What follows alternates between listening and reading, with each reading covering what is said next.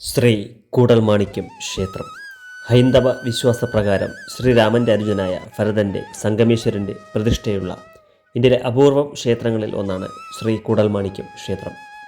ത്യാഗത്തിൻ്റെയും സ്നേഹത്തിൻ്റെയും പ്രതീകമാണ് ഭരതൻ. വനവാസത്തിന് കാട്ടിലേക്ക് പോയ ശ്രീരാമൻ്റെ പാദുകങ്ങൾ ഭജിച്ച് തപസ്സനുഷ്ഠിക്കുന്ന ഭാവത്തിലാണ് ഇവിടെ ഭരതസ്വാമി. ഒരാൾ പൊക്കമുള്ള വിഗ്രഹം ചതുർബാഹുവാണ്. കോദണ്ഡവും അഭയമുദ്രയും ചക്രവും ശംഖും ധരിച്ചിരിക്കുന്നു. ഇവിടുത്തെ കൂത്തമ്പലത്തിനും വിശാലമായ കുളത്തിനും പറഞ്ഞാൽ തീരാത്തത്ര കഥകളുണ്ട്. സുന്ദരമായ ഈ പുരാതന ക്ഷേത്രം സ്ഥിതി ചെയ്യുന്നത് കേരളത്തിലെ തൃശ്ശൂർ ജില്ലയിലെ ഇരിങ്ങാലക്കുടയിലാണ്. ക്ഷേത്രത്തിനുള്ളിൽ ഉപദേവതാ പ്രതിഷ്ഠകളില്ല എന്നത് ഈ ക്ഷേത്രത്തിലെ ഒരു പ്രത്യേകതയാണ്. ചേരമൺ പെരുമാളിൻ്റെ കാലം മുതലുള്ള ചരിത്രം പറയാനുണ്ട് ഈ മഹാക്ഷേത്രത്തിന്. ക്ഷേത്ര ചരിത്രം പരിശോധിച്ചാൽ രാജശാസനങ്ങൾ കുത്തിവയ്ക്കാൻ ഈ ക്ഷേത്രം ഉപയോഗിച്ചിരുന്നുവെന്ന് വ്യക്തമാക്കുന്നുണ്ട്. 8-ാം നൂറ്റാണ്ടിലെയും 12-ാം നൂറ്റാണ്ടിലെയും ഓരോ ശിലാശാസനങ്ങൾ ഈ ക്ഷേത്രത്തിൽ ഇന്നും കാണാം. ക്ഷേത്രത്തിനുള്ളിൽ മറ്റു മഹാക്ഷേത്രങ്ങളെപ്പോലെ ഒരു കൂത്തമ്പലവും കാണാം.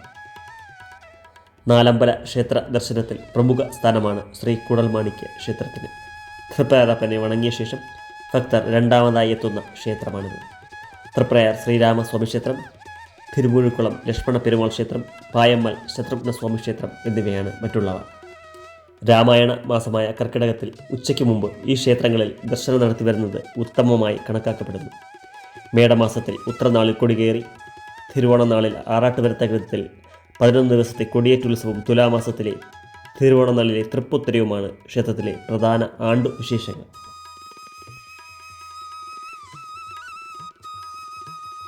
കേരളീയ വാസ്തുവിദ്യയുടെ പ്രത്യക്ഷ ഉദാഹരണമായ കൂത്തമ്പലം ക്ഷേത്ര തുല്യ പവിത്രതയോടെയാണ് കണക്കാക്കപ്പെടുന്നത്.